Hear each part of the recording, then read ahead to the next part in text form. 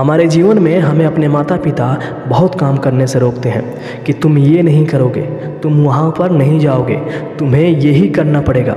हमें कई काम करने से रोकते हैं। क्या आपको लगता है कि वो हमें रोक कर गलत कर रहे हैं? क्या इनके रोकने से हम सफल नहीं हो रहे हैं? यदि आप यह सोचते हैं तो आपको ये कहानी ज़रूर सुननी चाहिए। एक बार एक व्यक्ति और उसका बेटा दोनों अपने घर की छत पर पतंग उड़ा रहे थे। पतंग बहुत ही ऊंची उड़ रही थी, वो बादलों को छू रही थी। तब उसका बेटा उस व्यक्ति से कहता है कि पापा, ये पतंग इस डोर से बंधी हुई है, जिस कारण और ऊंची नहीं जा रही है। इस डोर को तोड़ देना चाहिए। बेटे की ये बात सुनकर उसका पिता उसके कहने पर वो डोर तोड़ देता है। उसका बेटा बहुत खुश होता है।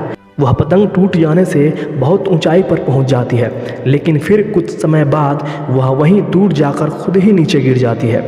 ये देख उस व्यक्ति का बेटा उदास हो जाता है। फिर वह व्यक्ति उससे कहता है कि अक्सर हमें लगता है कि हम जिस ऊंचाइयों पर हैं उस ऊंचाई से और भी ऊपर जाने से कुछ चीज़ें हमें रोक रही हैं, जैसे हमारा अनुशासन, रिश्ते, माता पिता और परिवार। इसकी वजह से हमें लगता है कि हम अपने जीवन में इस कारण ही सफल नहीं हो रहे हैं। इन सब से हमें आज़ाद हो जाना चाहिए। जैसा कि पतंग अपनी डोर से बंधे हुए रहती है और उस डोर की मदद से वह कई ऊंचाइयों को छू लेती है, उसी तरह हम भी अपने परिवार और रिश्तेदारों से बंधे हुए हैं। यदि हम इस धागे से जुड़े हुए रहेंगे तो कई ऊंचाइयों को छू लेंगे, लेकिन यदि हम इस धागे को तोड़ देंगे तो ठीक इसी पतंग की तरह कुछ समय तक ही सफलता से उड़ पाएंगे, अंत में नीचे गिरकर ही रहेंगे।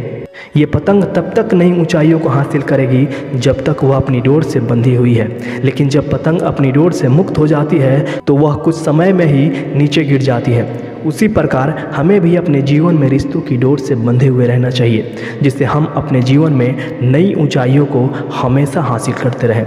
दोस्त, अगर कहानी अच्छी लगी है तो वीडियो को लाइक और चैनल को सब्सक्राइब जरूर करना।